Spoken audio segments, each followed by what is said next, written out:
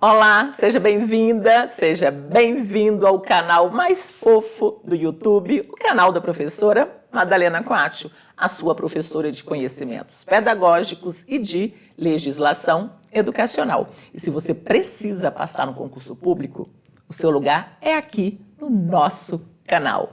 O que nós vamos hoje? Com que tema, professora? Simulado. Você sabe que esta professora aqui adora aplicar um simulado, hein? Um simulado dos principais conteúdos, daqueles conteúdos mais cobrados nas principais provas das carreiras educacionais.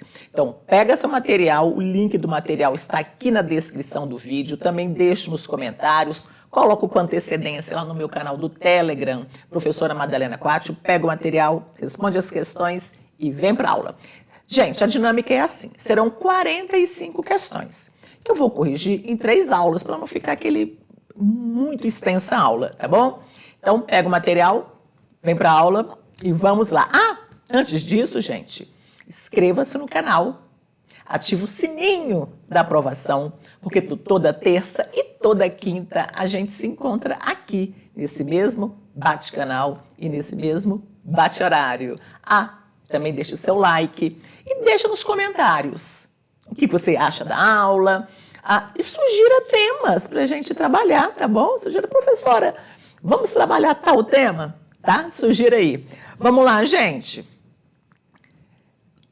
Conhecimentos pedagógicos, um simuladinho comigo, professora Madalena Coatio, e bora de questão, e vamos com a questão de número 1.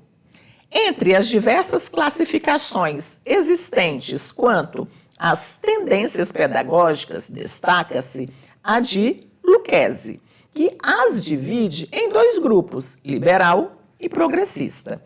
Acerca desse tema, julgue os itens que se seguem. 1. A pedagogia liberal é composta exclusivamente pela pedagogia tradicional e pela tecnicista. E aí, gente, a pedagogia liberal é composta exclusivamente pela pedagogia tradicional e pela tecnicista? Não. Estão faltando aí a liberal renovada progressivista e a liberal renovada não diretiva. Então, esse item está errado. 2. A pedagogia progressivista é parte da progressista? Nunca precisou. A progressivista, ela é liberal renovada, progressivista. Item errado. 3. A pedagogia crítico-social dos conteúdos é uma pedagogia liberal? Não é. A crítico-social dos conteúdos, gente, ela é progressista. O item também está errado. 4. A pedagogia tradicional é uma pedagogia liberal? Sim, a pedagogia liberal ela é tradicional. E 5. A pedagogia libertária é um dos componentes da progressista? Sim, a libertária ela é progressista. Então vamos lá. Dentro das liberais nós temos a liberal tradicional, a liberal tecnicista e as renovadas. Liberal renovada progressivista e liberal renovada não diretiva. E no grupo das progressistas, nós vamos ter 3. A progressista libertária, a progressista libertadora, Paulo Freire, e a progressista crítico-social dos conteúdos. Vamos para a próxima, letra B, né? Letra B, vamos lá. 2. De acordo com José Carlos Libânio, a pedagogia progressista designa as tendências que, a partir de uma análise crítica da realidade social, sustenta implicitamente as finalidades sociopolíticas da educação. Com base nessa afirmação, é correto afirmar que as tendências pedagógicas a que se referem Libânio correspondem a... Então, aqui o Libânio está se referindo às progressistas. E ele diz que as progressistas, elas partem de uma análise crítica da realidade de cada escola. E é essa análise crítica que vai sustentar, que vai fundamentar implicitamente a proposta pedagógica daquela escola, que vai sustentar que vai fundamentar os fins, as finalidades sociopolíticas daquela escola. E aí, quais são as progressistas, né? Quais são as progressistas? Letra A. Liberal, libertadora e crítico social dos conteúdos? Não, né? B. Libertadora, libertária e renovada? Renovada não é. Renovada é liberal. C. Tradicional, renovada e tecnicista? Não. Todas essas aqui são liberais. D. Libertadora, libertária e crítico social dos conteúdos? É essa. Essas são as três progressistas. Vamos ver por que não é a letra E. Renovada é liberal. Então, as progressistas, de acordo aqui com o item 2, as progressistas são a libertadora, a libertária e a crítico social dos conteúdos, letra D de dado. Questão de número 3. A escola nova trouxe conceitos e práticas inovadoras com relação à escola tradicional. Uma de suas principais características é a reconhecer que todo aluno tem a capacidade de aprender e, neste sentido, o educador é o responsável final pelo processo de aprendizagem dos alunos. E aí, gente, na escola nova, o professor, ele é o responsável final pelo processo de aprendizagem dos alunos? Não, o professor não é o responsável final pelo processo de aprendizagem dos alunos. E quem é? Não vou responder para não dar a resposta aqui da questão 3. B. Considerar que o aluno traz poucos conhecimentos para a escola. E, neste sentido, o educador deve planejar sua aula de maneira detalhada. Então, gente, uma das características da escola nova é reconhecer que o aluno traz poucos conhecimentos para a escola, muito pelo contrário. C. Possibilitar que o aluno entre em contato com diversas técnicas de produção de conhecimento, para que possam ser desenvolvidas habilidades procedimentais. E aí, gente? Isso aqui é escola nova? Não, isso aqui não é escola nova, isso aí está com uma pegada mais tecnicista, né? D. Considerar que o aluno, considerar o aluno como centro do processo educativo, sendo o educador o facilitador das aprendizagens a serem desenvolvidas pelos alunos. Bom, essa é a alternativa correta. Na escola nova, o aluno ele é o centro do processo pedagógico. E é uma escola que vai girar em torno do aluno e das experiências que o aluno chega à escola. Então, experiência é um conceito central aqui na escola nova. A escola nova, ela busca atender aos interesses do aluno. E o aluno aqui, ele é o responsável em buscar o seu conhecimento.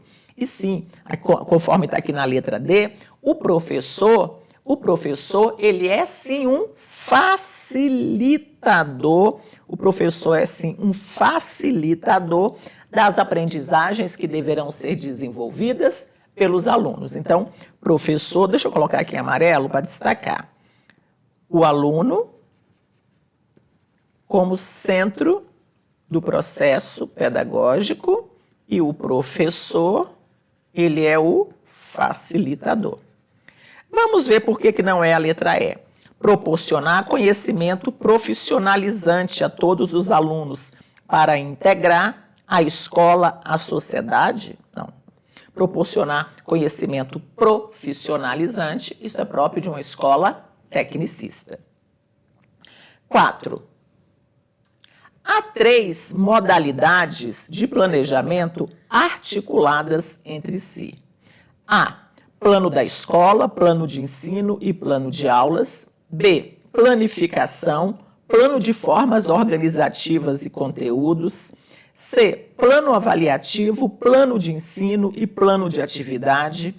D. Plano da escola, plano de tarefas e plano de aula. E E. Plano de aulas, plano de curso e plano avaliativo. E aí, meu povo?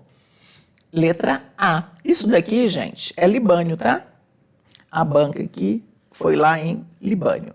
O professor Libânio, ele vai afirmar textualmente do jeitinho que está aqui. Há 3 modalidades de planejamento articuladas entre si. E que modalidades são essas? Essas que estão aqui na letra A. O plano de escola, o plano de ensino e o plano de aula. Aqui dentro do plano de ensino, nós vamos ter o plano de unidade e o plano de curso. 5. De acordo com Libânio, o planejamento é um processo de racionalização, organização e coordenação da ação docente, articulando a atividade escolar e a problemática do contexto social. Para que os planos sejam efetivamente instrumentos de ação, é necessário 1. Considerá-los um guia de orientação.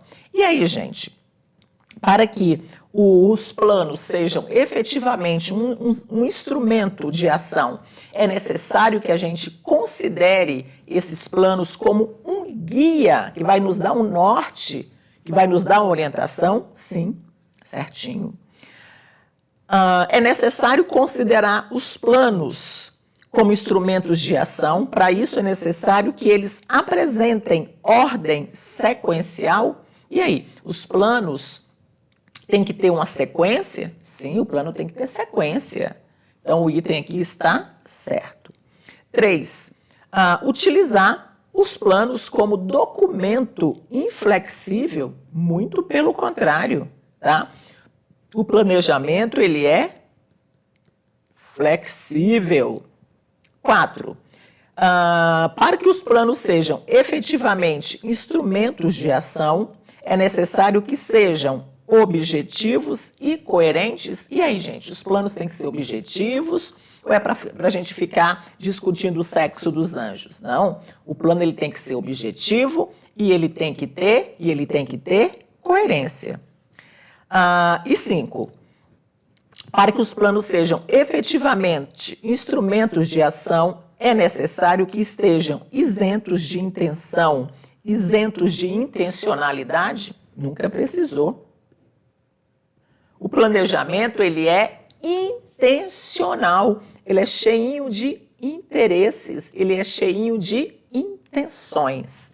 Então, aqui nós vamos marcar a letra, então são certas a 1, a 2 e a 4, a gente marca a letra D.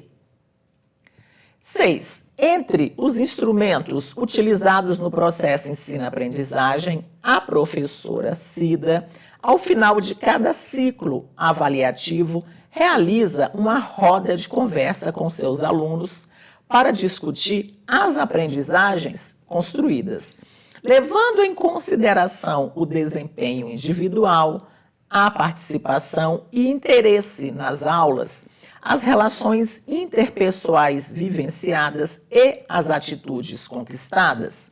Os alunos avaliam seu próprio desempenho, avaliam o professor e o professor, por sua vez, avalia a turma. Esta prática de avaliação está associada a quais concepções? 1. Democrática, embasada na autoavaliação e no saber fazer dos alunos. E aí, gente, a professora Cida, né, em que ela avalia aí o desempenho individual, a participação, o interesse, as relações interpessoais, as atitudes conquistadas, os alunos avaliam o seu próprio desempenho, avaliam o professor avalia a turma. E aí, esta é uma avaliação democrática, embasada na autoavaliação e no saber fazer dos alunos? Sim, certinho. 2. É uma avaliação arbitrária, centrada no exercício de poder e na imposição de ideias da professora sobre o grupo. Gente, a professora Cida, ela é arbitrária? Ela impõe suas ideias? Não. Ela escuta os alunos avaliam o próprio desempenho, os alunos avaliam a professora. Então, essa não é uma avaliação arbitrária. 3, é uma avaliação mediadora, centrada na troca de ideias, pontos de vista e reflexão sobre o percurso da aprendizagem. E aí, gente, essa avaliação da Cida é uma avaliação da troca, é uma avaliação mediadora, em que há uma reflexão sobre o percurso da aprendizagem, sim, porque quando os alunos se autoavaliam, há uma reflexão sobre essa aprendizagem. Então, aqui está certa. 4, é uma avaliação conservadora, centrada em momentos pontuais para discussão e classificação de desempenho individual e comportamentos. A professora Cida, ela tem uma prática conservadora? Não, ela não tem uma prática conservadora. Muito pelo contrário, olha só, ela faz roda de conversa para discutir as aprendizagens construídas. Ela leva em conta um monte de coisa, o desempenho individual, a participação, o interesse nas aulas. Enfim, a avaliação da professora Cida é uma avaliação democrática, é uma avaliação mediadora. Letra C. 7. Segundo Celso Vasconcelos, a avaliação se tornou um dos principais problemas da educação escolar. Basta ver os elevados índices de reprovação e evasão escolar, ou ainda os efeitos da inculcação ideológica. Considerando o posicionamento do autor, é correto afirmar: a. Redimensionar o uso da avaliação do ponto de vista da forma, como do conteúdo, ao criar uma nova mentalidade junto aos alunos e os pais. E aí, gente, respondam aí, enquanto eu tomo água. Tá certo ou tá errada? Me diga. Aqui, gente, tá certinho. De acordo com o professor Celso Vasconcelos, é necessário que se redimensione a avaliação, que se dê uma nova cara, né, para essa avaliação. E é necessário que essa nova cara da avaliação ela seja revista tanto do ponto de vista da forma como do ponto de vista do conteúdo. E ele vai defender que é necessário que se crie uma nova mentalidade junto aos alunos, junto aos pais, junto aos gestores, também junto com os nossos colegas professores. Então essa é a correta. Vamos ver as demais. A escola precisa aumentar as exigências em relação às notas, para que os alunos valorizem e estudem mais. Não, esse é um posicionamento muito tradicional, que não tem nada a ver com o que defende o professor Celso Vasconcelos. Aumentar as exigências em relação às notas nunca precisou. C. Montar todo um clima de tensão em cima das provas. Afinal, na sociedade também é assim. E a escola tem mais é que adaptar o aluno às exigências sociais. E aí, gente, a avaliação é o bicho-papão? Todo um clima de tensão? Claro que não, né, meu povo? Então, aqui está errada também. Opa. Vamos lá. Clima de tensão, nunca precisou. D. Ceder à pressão dos pais e de muitos professores, garantindo a manutenção e um modelo escolar tradicional. Tudo errado aqui. Ceder às pressões dos pais, garantir a manutenção de uma escola tradicional. A escola tem que ser progressista, tem que ser crítica. E vamos ver por que não é a letra E. Supervalorizar as notas. Pronto, isso aqui já deixou o item errado, né? A nota não pode ser a finalidade da avaliação.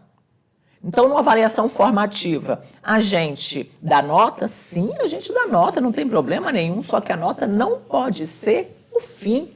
A avaliação ela deve servir para promover as aprendizagens e não para dar nota. Questão de número 8. A alternativa que melhor relaciona as características de uma boa interação entre professor e aluno no aspecto cognoscitivo nós sabemos que temos 2 aspectos que são importantes na relação professor-aluno, segundo Libânio: os aspectos cognoscitivos e os aspectos socioemocionais. Vamos analisar o item à luz dos aspectos cognoscitivos. Acompanhamento da aprendizagem, avaliação quantitativa, controlar as ações e comportamentos dos alunos, afetividade docente. Aqui está misturado, né, gente? A afetividade é um aspecto socioemocional. B, avaliação diagnóstica da aprendizagem, exacerbação da autoridade, motivação do empenho dos alunos, dirigir e orientar a atividade mental dos alunos.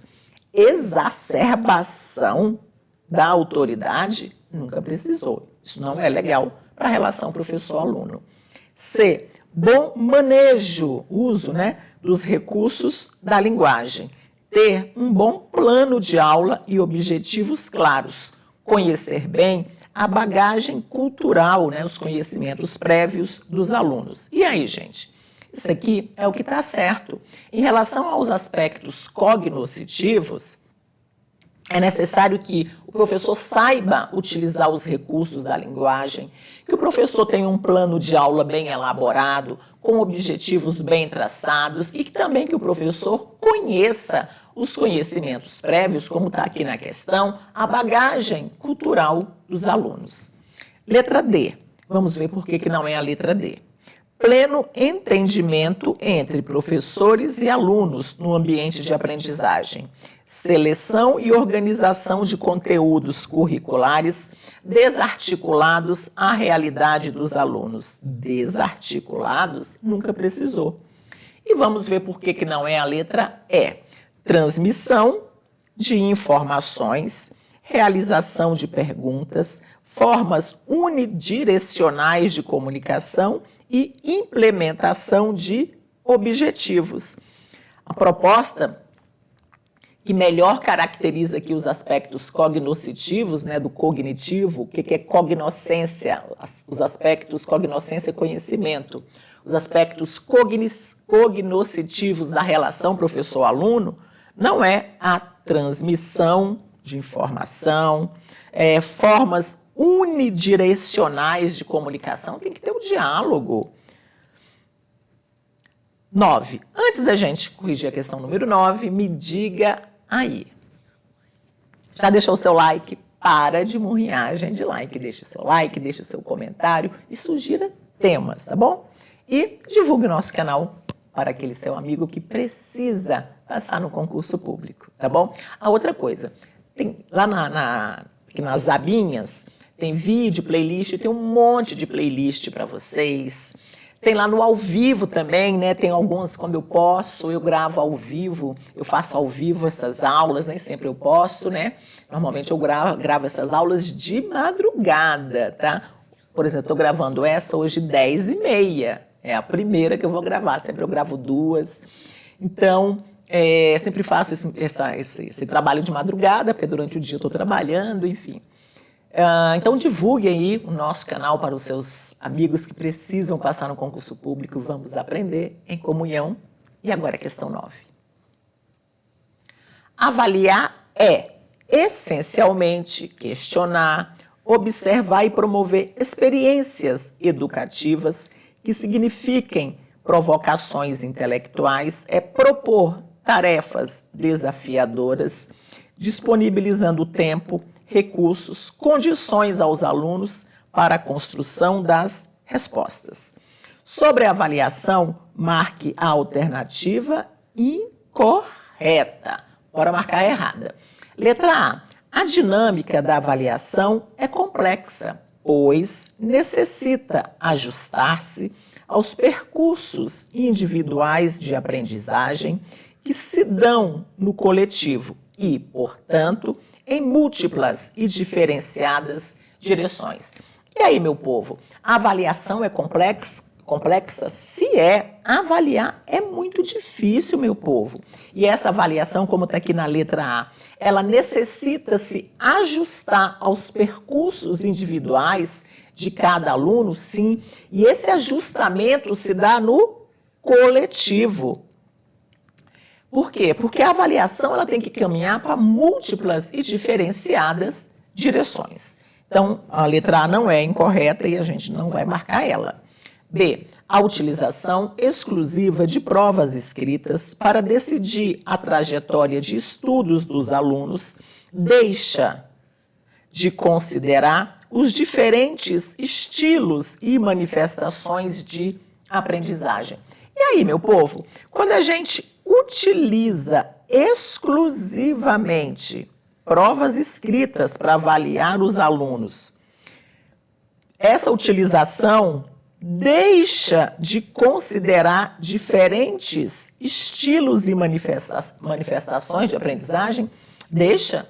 A avaliação ela tem que ser diversificada. Quando a gente avalia apenas por prova escrita, a gente está desconsiderando outras formas de avaliar os alunos. Vamos ver por que não é a letra C. A avaliação é um fim em si mesma. É uma engrenagem no funcionamento didático. Gente, essa é a incorreta. Porque a avaliação não é um fim em si mesmo. A gente avalia por avaliar? Não. Então, a avaliação ela é um meio para propiciar, para proporcionar o acompanhamento do desenvolvimento dos alunos. A avaliação é um meio para que os alunos aprendam, e não, como está aqui na letra C, um fim em si mesmo. E vamos ver por que não é a letra. Vamos ver por que a letra D está certa, né? Que a incorreta é a C. O processo avaliativo, em sua perspectiva mediadora, destina-se a acompanhar, entender, favorecer a contínua progressão dos alunos. Certinho, né, gente? Uma avaliação mediadora, ela se destina a acompanhar, a entender e favorecer a contínua aprendizagem, a contínua, como diz a questão, a contínua progressão, o contínuo crescimento do aluno. Então, está certinha. A incorreta é a letra C. 10. Qual o papel da avaliação no processo ensino-aprendizagem? É certo que podemos separar o fato de ensinar do fato de ensinar e avaliar? Antes de ensinar, sempre fazemos uma avaliação inicial. São muitos os questionamentos sobre a avaliação. Analise as afirmativas a seguir e marque a alternativa incorreta. Letra A. A avaliação é utilizada para ajustar ou modificar as atividades em função dos conhecimentos e as dificuldades no início de uma sequência de ensino e de aprendizagem. E aí, gente, a avaliação ela é utilizada para ajustar, para modificar as atividades em função dos conhecimentos dos alunos. A avaliação serve para identificar as dificuldades dos alunos no início de um processo. Serve sim, tá? Para marcar incorreta a gente não vai marcar. A avaliação que identifica aí as dificuldades dos alunos no início de um processo é uma avaliação diagnóstica, né? A avaliação diagnóstica ela é feita no início de um processo para que o professor consiga identificar o estágio, o nível de desenvolvimento em que aquele aluno se encontra. B. Uma prática de avaliação formativa supõe um domínio do conteúdo e dos processos de ensino e de aprendizagem. E aí, gente, uma prática de avaliação formativa supõe o domínio do conteúdo, supõe o domínio dos processos de ensino e aprendizagem, sim. O professor que pretende imprimir à sua prática pedagógica uma avaliação formativa, ele tem sim que conhecer o currículo, ele tem sim que conhecer o processo de ensinagem e também o processo de aprendizagem. A gente não marca a letra B, porque é para marcar a incorreta. C. Ao elaborar uma avaliação, o educador deve observar a contextualização, a interdisciplinaridade e a parametrização. E aí, gente, quando o professor vai elaborar uma avaliação, ele deve observar a contextualização, ele deve observar a interdisciplinaridade do conhecimento e ele deve observar os parâmetros. Sim, tudo isso deve ser observado. A gente não marca a letra C. Bom, sobrou a letra D. A letra D é a incorreta, logo é ela que nós vamos marcar. Vamos ver aqui por que ela é incorreta. A avaliação se restringe ao julgamento sobre o sucesso ou fracasso do aluno e pode ser compreendida como um conjunto de ações que orientam a intervenção pedagógica. Esse final aqui está certo, tá? Deixa eu apagar aqui. Este final aqui está certo.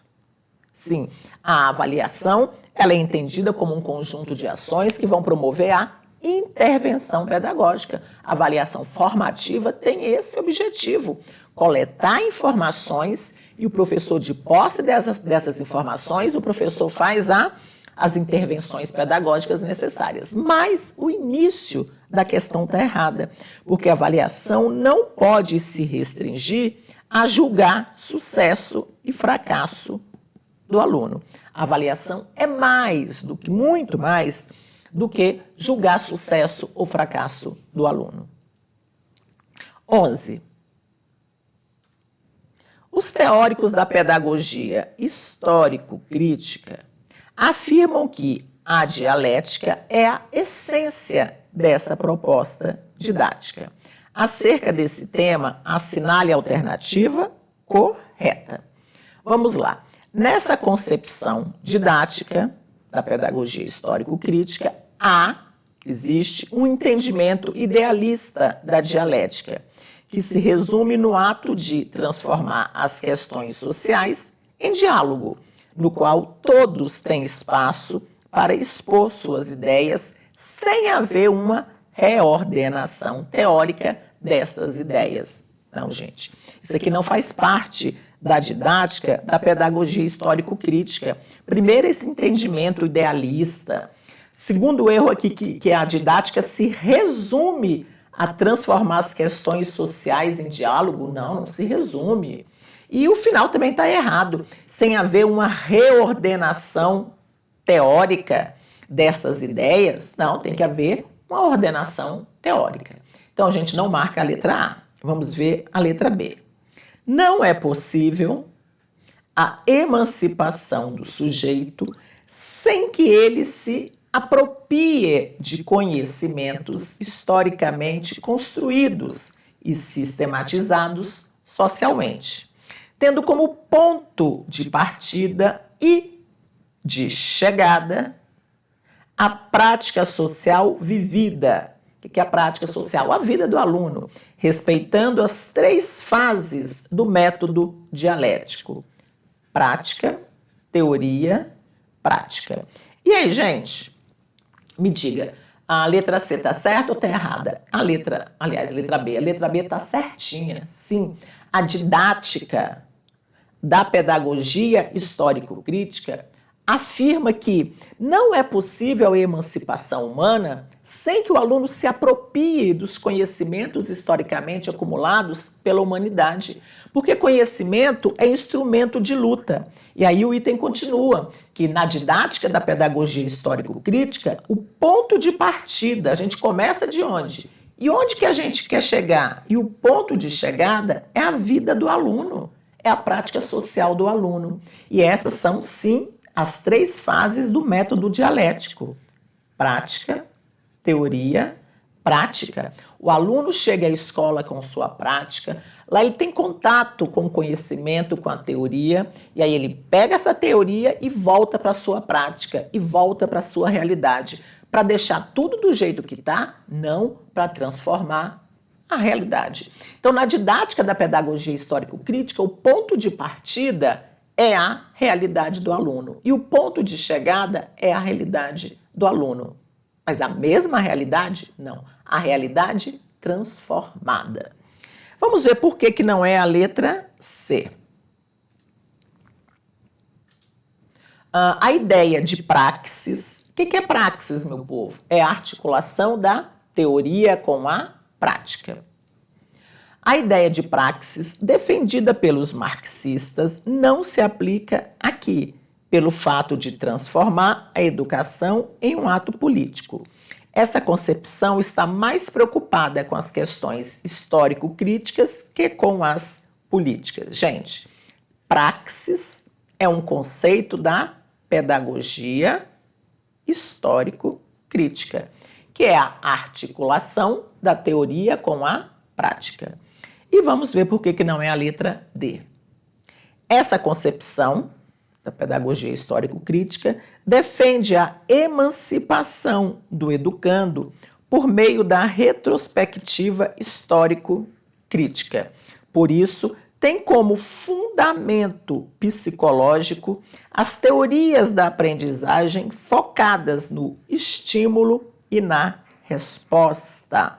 E aí, gente, tá errada. Por quê? As teorias da aprendizagem focadas no estímulo e na resposta, que é a teoria comportamentalista, behaviorista, está casadinha com a tendência tecnicista. Aqui, na pedagogia histórico-crítica, ela paquera com a psicologia histórico-cultural do Vygotsky e não com a teoria do condicionamento operante, estímulo, resposta, reforço. Essa é tecnicista. Questão de número 12. Acerca das tendências pedagógicas na prática escolar, julgue o item 12 e 13. Na tendência pedagógica liberal tecnicista, a avaliação é individualizada e ocorre ao longo do processo de modelagem do comportamento, visando ao alcance dos objetivos instrucionais. E aí, questão 12, tá certa? Na tendência tecnicista, a avaliação é individualizada e ocorre ao longo do processo de modelagem do comportamento para se alcançar os objetivos que estão lá no manual de instruções. Sim, o item está certinho. A escola tecnicista, ela tem por papel modelar o comportamento humano. Ela é uma escola modeladora, isso que é demais em prova, essa é uma escola modeladora do comportamento humano. 13. As teorias crítico-reprodutivistas entendem ser a educação um instrumento de equalização social, portanto, de superação da marginalidade. E aí, gente? Certinho ou errado? Essa questão está errada. Primeiro, quais são as teorias crítico-reprodutivistas? A violência simbólica, os aparelhos ideológicos do Estado e a escola dualista. Essas são as teorias crítico-reprodutivistas. Aí vamos lá. Está dizendo que as teorias crítico-reprodutivistas entendem ser a educação um instrumento de equalização social, portanto, de superação da marginalidade. Não, gente. Os crítico-reprodutivistas, eles entendem a educação como um instrumento de reprodução das desigualdades sociais. As teorias crítico-reprodutivistas, elas vão denunciar o caráter reprodutor da escola. Elas vão afirmar que a escola reproduz as desigualdades sociais. 14. Acerca do currículo e da construção do conhecimento, julgue os itens 14 e 15. Bom, questão 14 é uma questão minha. O currículo não é um elemento inocente e neutro, de transmissão desinteressada do conhecimento social, pois o currículo implica relações de poder. Ele transmite visões sociais particulares e interessadas. Não é um elemento transcendente e atemporal. E aí, essa questão está certinha. Gente, o currículo não é neutro. O currículo não é desinteressado. No currículo está cheinho de intenções. Não existe educação sem intenção. Por trás de qualquer ato educativo há intenções. Então, o currículo não é um elemento inocente e neutro. O currículo não é desinteressado no processo de transmissão de conhecimento. E sim, o currículo implica relações de poder, transmite visões particulares e interessadas, e o currículo não é transcendente, ele não é atemporal, muito pelo contrário, ele é situado espacialmente, historicamente. 15 e última de hoje. Só para lembrar, a nossa dinâmica são 45 questões que nós vamos corrigir em 3 encontros, tá? Porque senão ia ficar muito longo. Ó, 15 questões já tem mais de 40 minutos de aula, né? Ia ficar muito longo. Então, vamos lá. O currículo formal é o que traz prescritos institucionalmente os conjuntos de diretrizes como os PCNs, os Parâmetros Curriculares Nacionais. E aí? Este item está certinho, né? Nós temos 3 níveis de currículo. O currículo formal, que é o que está aqui na questão, né? Que é aquele que vai orientar o trabalho pedagógico das escolas, como os PCNs, por exemplo. O currículo real, que é aquele que ocorre na escola e na sala de aula. E o currículo oculto, que é tudo aquilo que ocorre na escola e na sala de aula, que não está escrito, que não está explicitado em canto nenhum. Mas a gente, querendo ou não, isso vai acontecer e vai influenciar, sim, a aprendizagem dos nossos alunos.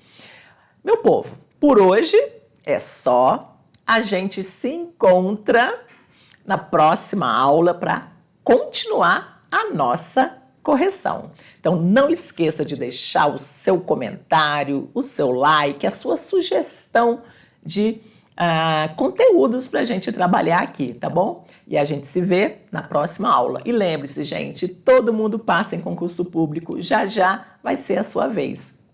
Um beijo, meu povo!